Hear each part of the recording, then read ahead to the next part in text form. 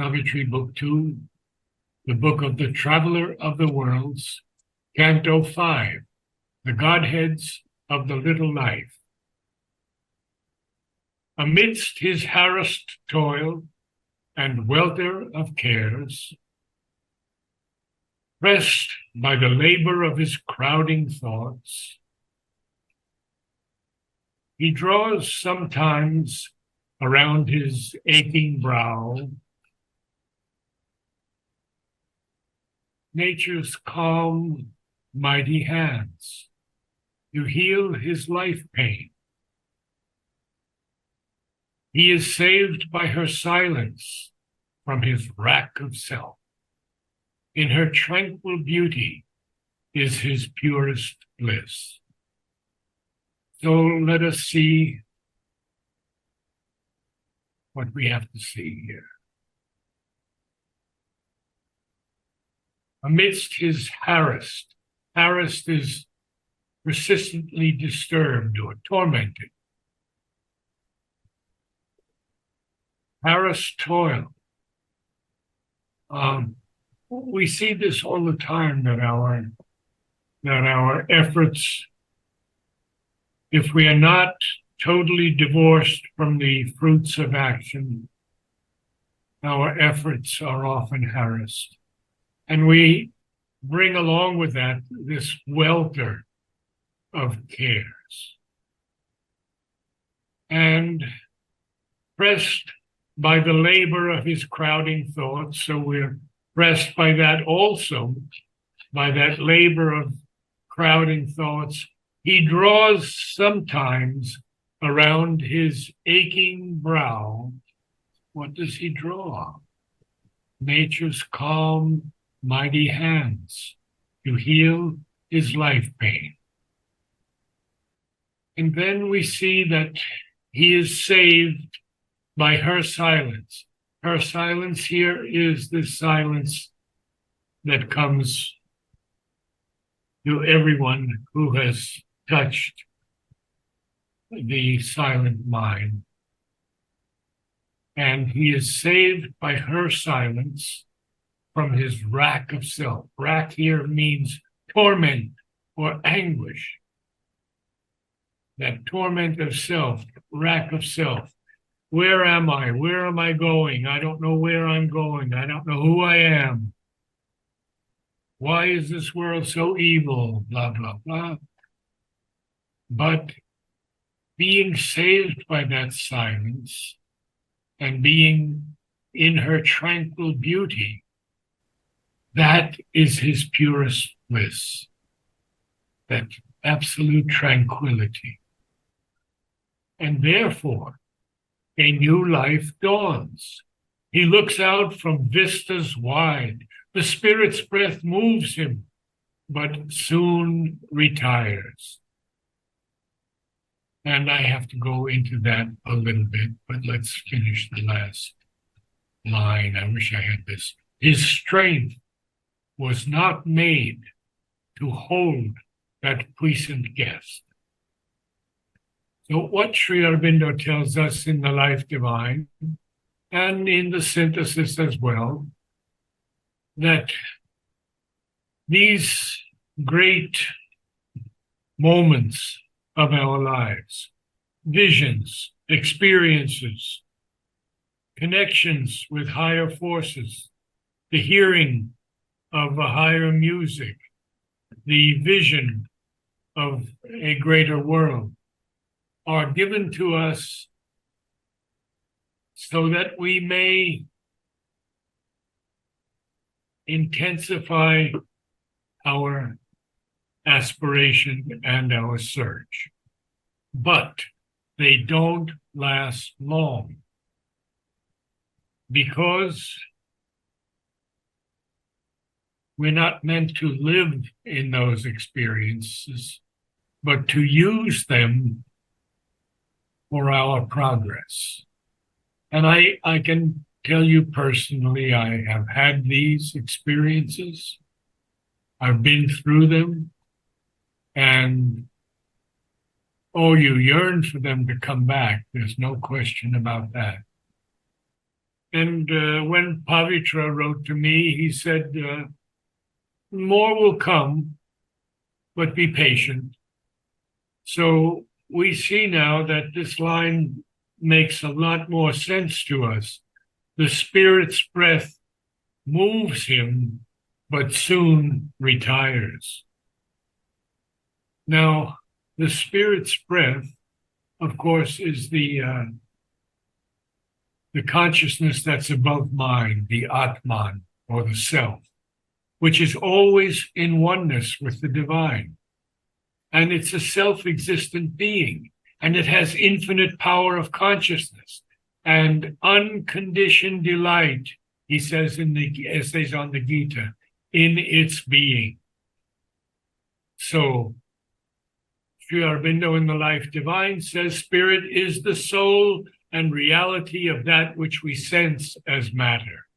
Interesting. Matter is a form and body of that which we realize as spirit.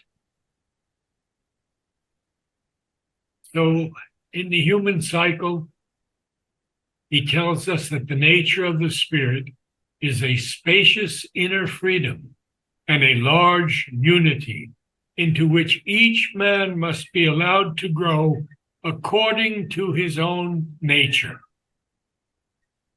Very, very important words, very important. But therefore, our strength was not made to hold that puissant, exerting great power or force. Our strength was not made to hold that. It will come and it will go, and it will be a blessing and a grace when we receive it, but we're not able to hold it yet because we're not purified sufficiently. The body has to make so much progress. The vital has to purify itself, and the mind also. So he's going to tell us now a little bit more about this, because he tells us that all dulls down to convention and routine, or a fierce excitement brings him vivid joys. His days are tinged with the red hue of strife and lust's hot glare and passion's crimson stain. Battle and murder are his tribal game. Well, Sri Aurobindo is very strong here, huh? So we're not made to hold that purity, that the experiences of higher nature, the grace that touches us at times. And therefore, all dulls down to simply convention and routine. Then he says, or a fierce excitement brings him vivid joys. Okay, that fierce excitement is the vital nature. And it's actually the lower vital, not the higher vital. Because he's going to tell us now, his days are tinged with the red hue of strife. So, red hue, reminds us of bloodletting, isn't it? Red hue of strife. We struggle and we fail. And then he says, and lust's hot glare and passion's crimson stain. And then he has a semicolon because he wants us to know that battle and murder are his tribal game. See, he uses the word tribal because we're still in that lower, very lower nature. And of course, these previous lines are all about the lower vital. That this fierce excitement in the lower vital brings him vivid joys. And also he said, lust's hot glare and passion's crimson stain. I remember a book by a man who was blind, and it was something like Entering into Light or something and he said, No one had to tell me that passion was red. I could feel it. Oh. So, Sri Aurobindo says battle and war are necessary for man at this point of our evolution. Many would disagree with that, but Sri Aurobindo makes it very clear that the old has to go, and sometimes it has to go through war or battle and even murder. But he does tell us also once about Udkata karma.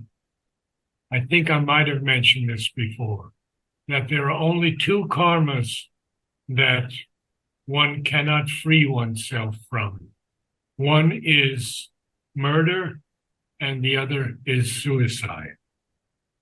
And Mother tells us that if one commits suicide, they will have to repeat the past life, only it will be much more intense, much more difficult. So, from battle and murder, which is our tribal game, he goes on to tell us, time he has none to turn his eyes within and look for his lost self and his dead soul. Wow. Well,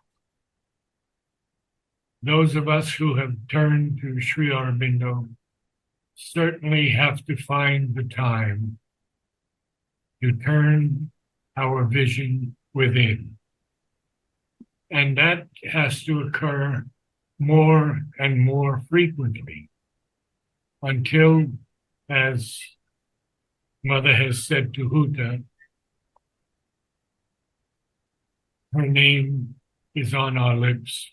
And he says it in Savitri also, constantly. The name of the Divine Mother. Time has he none to turn his eyes within and look for his lost self and his dead soul. Well, lost self we know, but what about his dead soul? Vladimir, you want to make a comment on that? I think Sri Aurobindo makes here the suggestion of dead souls that dead for him on the surface, of course. Exactly. His motion on too short an axis, wheels. Wow. Too short an axis. He cannot soar, but creeps on his long road. Or if, impatient of the trudge of time, he would make a splendid haste on fate's slow road. Very interesting. And this is why Mother and Sri Aurobindo tell us, have patience. This is a long, long yoga. And it's not going to be achieved in one life. We can be absolutely certain of that if anyone came close to achieving it, it might have been Nolini, who said he lived in the overmind and sometimes a little higher, but the body was not transformed. Now, Sri Aurobindo, in his tapasya, had noticed many, many changes in his body. But first of all, everyone who saw him saw that he was a very black man many years before, and his body had become almost a golden white. He also noticed that his toenails had changed, their shape, their size, their color. He noticed many other changes in himself as a result of this tapasya and this long yoga. But the change that has to take place, well, according to my friend George Van Breckum, is who is actually quoting Mother, I believe, in the agenda, there has to be a series of surams, men who are on the way to the supramental and have gained certain powers, certain realizations of body change, of course, vital and mind as well. And so these surams are going to appear before the supramental or the Superman appears. Now, we were told it would be maybe 300 years before Sri Aurobindo would come. But we have to understand also that they're both living in the subtle physical, and they are both building the supramental bodies in the subtle physical. And we know that Mother, for 23 years after Sri Aurobindo left his body, worked on one thing only: the transformation of the body, the transformation of the physical, especially in the cells of the body. And I remember Mother writing that anyone who was open could receive those transformed cells in their own body. Wow. Now, or if, well, let's go back. He cannot soar. Okay, so we cannot soar as yet, but creeps on his long road, and we are creeping ahead. There's no going back. Although the Greeks and, of course, the Egyptians said that man could go back into an animal body, Sri Aurobindo said this is not true. There's always a progress, a spiral that continues upward, even if at times it seems flat. It will continue. It is continuing upward, although slowly. So, or if impatient of the trudge of time, the trudge is a long, tiring, exhausting walk. When we trudge, we walk with exhaustion. He would make a splendid haste on fate's slow road. Well, this is one of the big problems, because we can't really make a splendid haste on this slow road of fate. There's so much to overcome from our past karma and our present karma before we can even begin to look into the future. So what else does Sri Aurobindo tell us now? He says, his heart that runs soon pants and tires and sinks. And we have seen this in so many. There were people in the ashram who had achieved the silent line. And one of them was a man that was, I don't know whether he was a barber or something, maybe so. And he asked Sri Aurobindo, take it back. I can't stand it. And there are others who left the ashram because it was too intense. His heart that runs soon pants and tires and sinks, or he walks ever on and finds no end. So we see that Sri Aurobindo is telling us, go slow, be patient, because next he says, hardly a few can climb to greater life. Hardly a few. And that means 99.9% of humanity to me. All tunes to a low scale and conscious pitch. So he uses the word scale here and pitch. Well, the pitch is the highest, the greatest height, the highest point. And after that, he tells us His knowledge dwells in the house of ignorance. And we've been through ignorance many times, so I won't go through that today. But we could pick it up another time. It's already getting a little late and I want to go on. His force nears not even once the omnipotent. Not even once. The omnipotent, of course, is an epithet for God.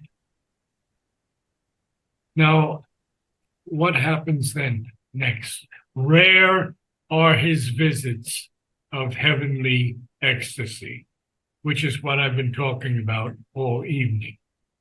The bliss which sleeps in things and tries to wake breaks out in him in a small joy of life. This scanty grace is his persistent stay. Scanty, small, meager. It lightens the burden of his many ills and reconciles him to his little world. Wow. All on that first plane of consciousness, body, life, and mind.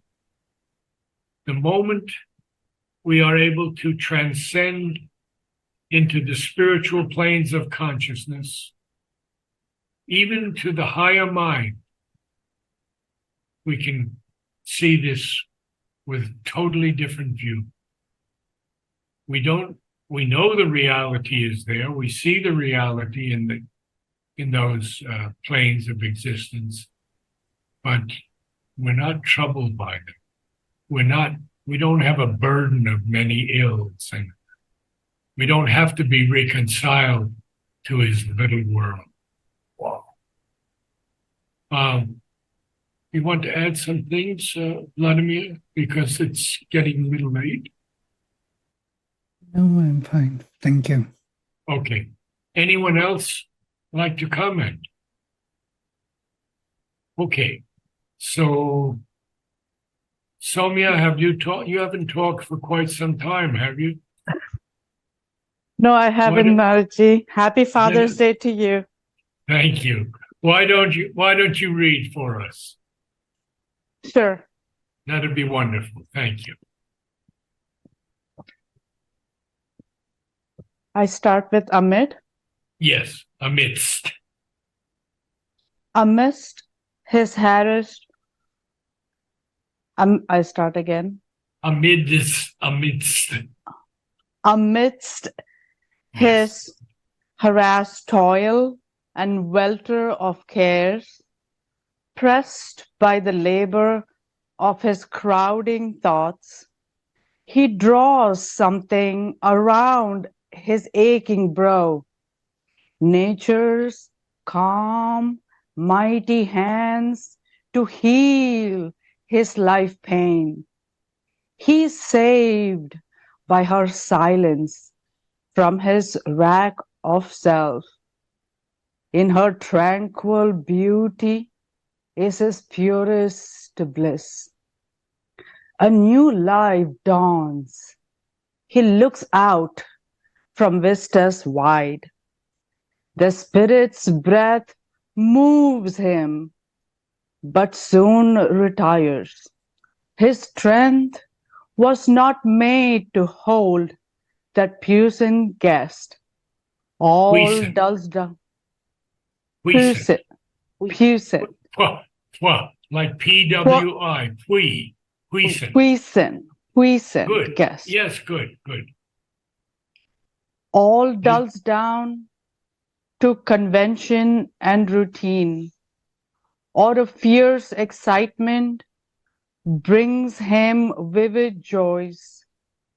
His days are tinged with the red hue of strife, and lust's hot glare and passion's crimson stain. Battle and murder are his tribal game.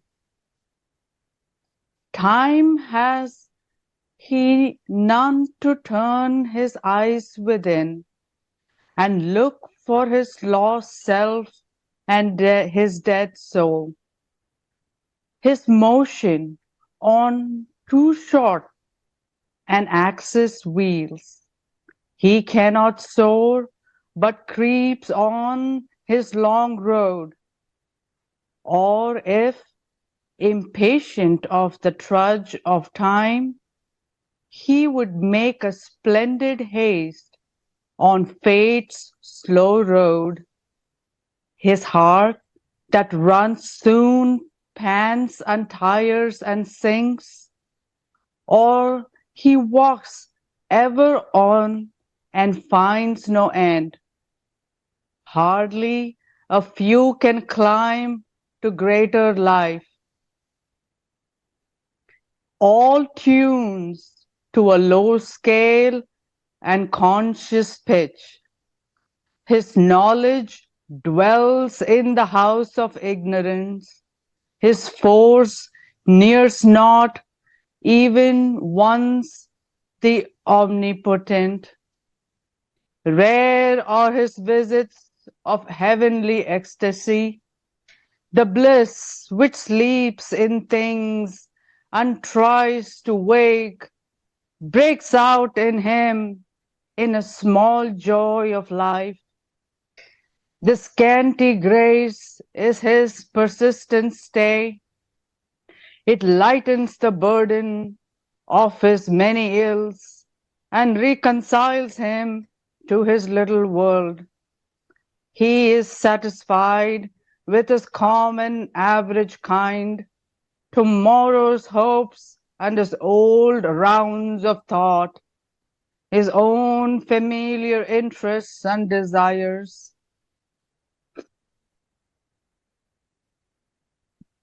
He has made into a thick and narrowing hedge, defending his small life from the invisible. His being's kinship to infinity, he has shut away from him into inmost self, fenced off the greatness of hidden God. Thank you so much. Thank you. Thank you, Naradji. I don't know if I can meet with you next week because I'll be traveling in Georgia and getting taxes and everything else done. But the moment I come to the center in South Carolina, I'll be with you again, together with Vladimir. Namaste, all. Namaste. Namaste. Thank you. Namaste. Thank you, Naradji.